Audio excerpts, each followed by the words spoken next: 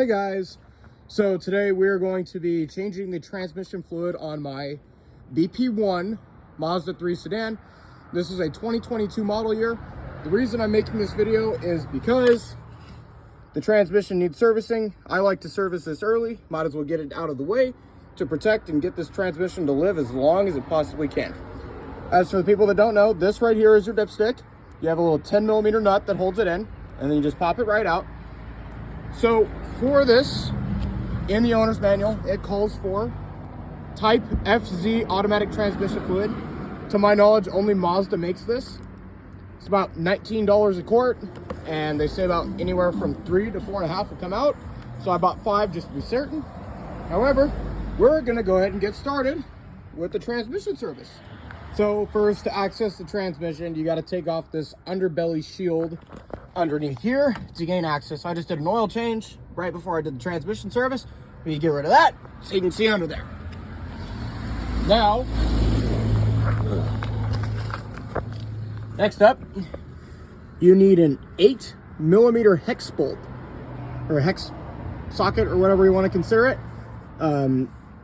Put it up in there, and then the bolt comes right out, and it should drain all the transmission fluid. So once you crack the 8mm hex bolt loose, go ahead and take it off. It is probably going to be a little tight, and the transmission is going to be hot if you've just driven it.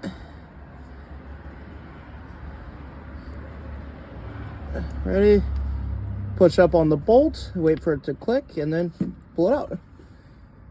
If you don't know, this transmission fluid is supposed to be blue, and this car has almost 31,000 miles on it. This is why we're changing the fluid, to make sure that this transmission lasts as long as it possibly can. So once the fluid is done draining, you put the drain bolt back in, and then I'm presuming this just needs to be about hand tight, just as every other bolt on this car is. It presumes to be just about hand tight. Yeah, I know I'm not doing this with the best tool in the world, but it had an 8mm hex, and it was easy and convenient, and had multiple more sizes. And that's good about and tight. Easy, just like that. Next up, the pouring session. To begin the filling process, there is a 10mm nut, and this. You can go ahead and take this nut out. I'm just going to finger thread it by hand, so it's probably going to be a minute. Okay. All right, there's that. There's a 10mm bolt. About that long, not too long. Grab this, and the whole dipstick comes out. And as you can see, it has not been wiped clean, but this is the transmission fluid that's supposed to be blue. You should always change this ahead of time to prevent premature damage to these transmissions. From my knowledge, these are very sensitive transmissions, and I'm assuming that doing this transmission fluid service early will help extend the life of this transmission. All right, we're gonna get you guys right up and close just so you guys can see that this is the blue stuff. As you can see, just in the bottle there, it is blue. This is a very weird transmission fluid. However, I think we're only gonna have to do this at an angle. I'm just gotta be very careful because this this shit's very expensive. Let's not do that. And let's go ahead and hold you guys. This is gonna be a pain. Here, we'll have a friend hold the camera while I attempt to get in here. Imagine doing this with a regular intake in. There we go.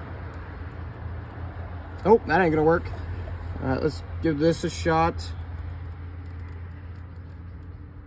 There we go.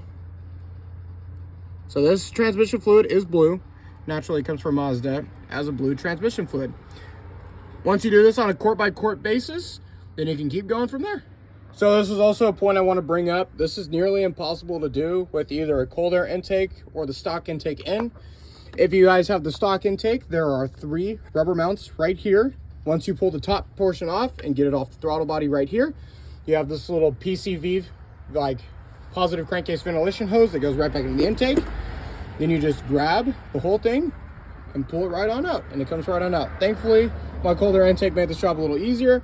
However, we pulled it out of the way just so we could get out of the way and make sure we don't drop this very expensive transmission fluid.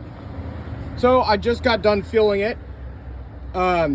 This took about 2.5 quarts is what came out of it. I'm pretty sure that's probably a little bit less than should have come out, but anywhere online says it's about 3 to 4 quarts that should come out. However, I'm believing 2.5 is the same. So what we're going to do to double check this is to make sure that once I start it and pull it off the stands.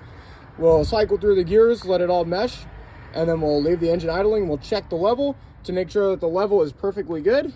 And if it's low, we can always add some. But if it's right on the mark, we'll just leave it out. Now, to go ahead and verify that the transmission level is correct, we have the engine idling. You're supposed to check this idling.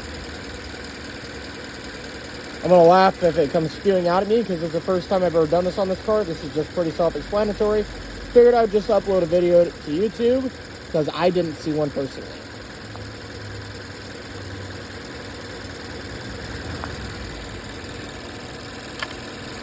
All right, I'm gonna need a rag. Okay.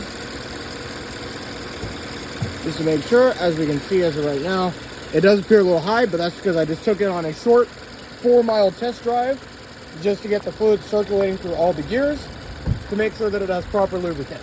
I'm gonna go ahead and set you guys down for a minute instead of just pausing the film. Okay, it's been wiped off. Nice and clean. Go ahead and stick it all the way back in, just like so. Pop it, and now pull it and look at it. Oh, well, I'm going to tell y'all, we need to add some. All right, we'll be back after we add some quarts.